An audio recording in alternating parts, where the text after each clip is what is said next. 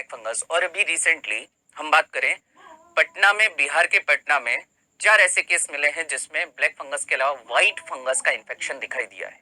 तो white fungus क्या है, कैसे इसका इन्फेक्शन होता है, क्या इसके लक्षण होते हैं, कैसे हमें इसका इलाज करना और कैसे हमें इससे बचाव करना है, इस वीडियो में इन सभी की बात करेंगे। तो इस वीडियो के अंत तक साथ में बने रहें और जान सकते हैं कि क्या है व्हाइट फंगस। जितनी भी उपलब्ध जानकारियां उसके आधार पर हम बात करने वाले हैं। कोविड 19 में जब हमने बात की, कोविड 19 से जो रिकवर हो रहे थे उन व्यक्तियों में हमने ब्लैक फंगस की बात की।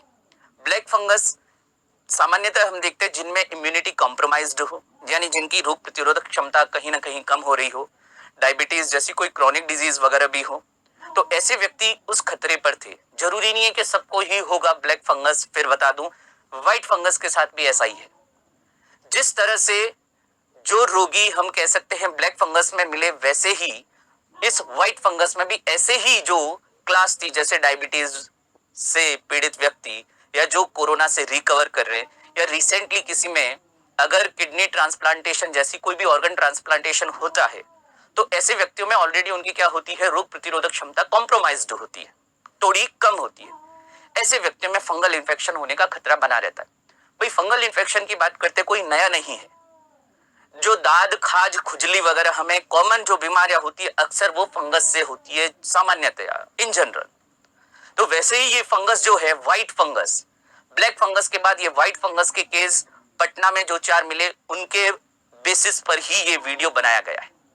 तो अगर हम बात करें व्हाइट फंगस के, ये केस पटना में या बिहार में मिले, ध्यान रखना है 4 केस मिले। अच्छी बात बता देता हूं, चारों को एंटी फंगल ड्रग्स दी गई और अच्छे से वो रिकवर भी कर रहे हैं।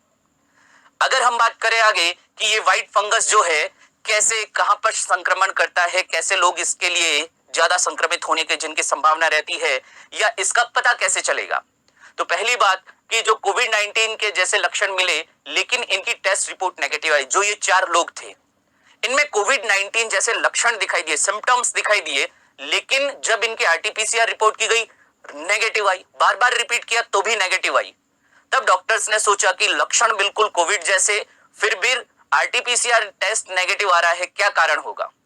तो फिर और अंदर जैसे कह सकते हैं सीटी स्कैन वगैरह किया गया, एचआरसीटी यानी हाई रिजोल्यूशन कंप्यूटेड टोमोग्राफी किया, तो इंटरनल ऑर्गन्स में, आंतरिक अंग जैसे फेफड़े, भाई ब्लैक फंगस तो क्या है, मोटे मोटे तौर पर फेफड़ों को या हमारे जो हेड वाले पार्ट को, ब्रेन को, या हमारे इंटरनल फेशियल पार्ट्स को अफेक्ट करता है। ये व्हाइट फंगस इसलिए खतरनाक है क्योंकि ये हमारे इंटरनल ऑर्गन्स में, नाखून में, त्वचा में, स्किन में, किडनी में, ब्रेन में, या फिर हम बात करें हमारे जो जेनाइटल ऑर्गन्स होते हैं, प्राइवेट पार्ट्स होते हैं, वहां पर भी इसका इन्फेक्शन देखा गया है। यानी इंटरनल ऑर्गन्स तक भी ये इन्फेक्शन कर रहा है, इसलिए थोड़ा ज्यादा खतरनाक है। और डरने की नहीं, थोड़ा सावचेती बरतने की जरूरत है, थोड़ा सा ध्यान रखने की जरूरत है, केयर करने की जरूरत है। तो फेफड़ों में संक्रमण करता है तो फेफड़ों में एचआरसीटी करके पता चल सकता है कि हाँ इन्फेक्शन है और कितने एक्सटेंट तक फैला है। फिर अगर हम बात करें इस व्हाइट फंगस की कि ऐसे कौन से व्यक्ति हैं, तो जो लो इम्यूनिटी वाले व्यक्ति रिस्क पर, सेम वही जो हमने ब्लैक फंगस में भी पिछले वीडियो में बात की थी, ऐसे व्यक्ति जिनमें इम्यूनिटी कॉम्प्रोमाइज्ड है या